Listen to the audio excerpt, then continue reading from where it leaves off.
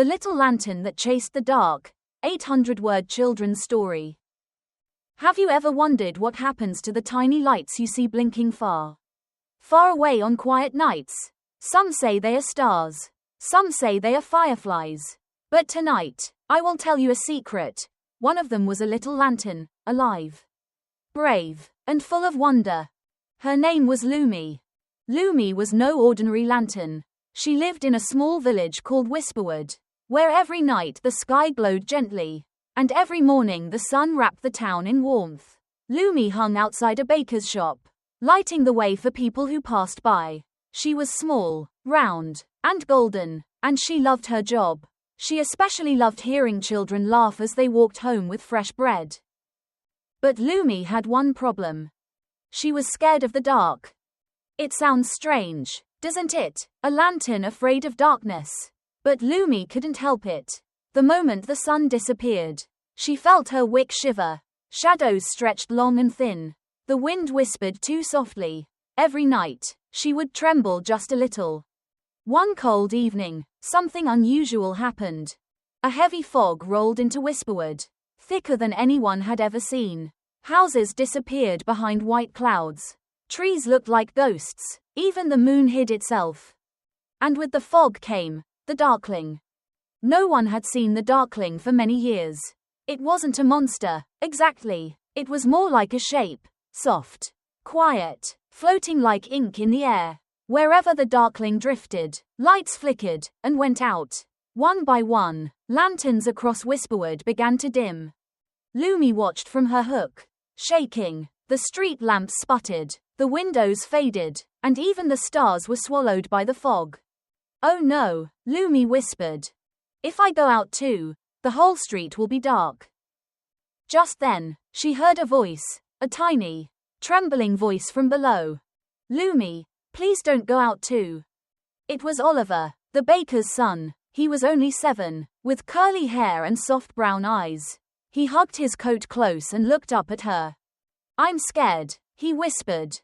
Lumi felt something warm inside her. Oliver was always kind to her. Every morning he wiped her glass. Every evening he waved goodnight. He believed she was special. And now he needed her. Lumi took a deep breath. Or, the closest thing to a breath a lantern could take. "I won't go out, Oliver," she said. "I promise." But promises are hard when you're afraid.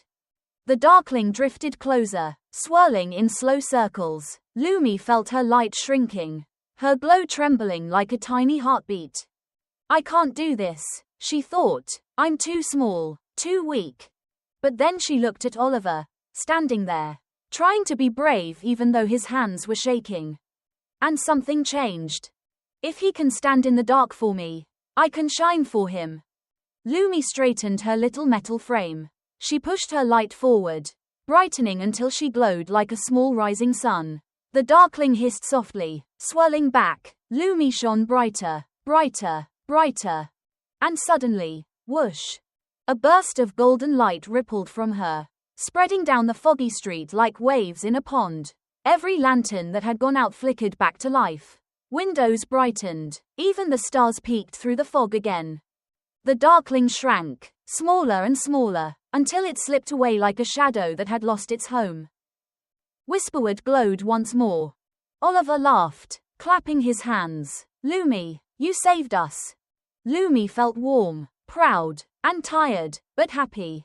For the first time in her life, the darkness didn't seem so scary.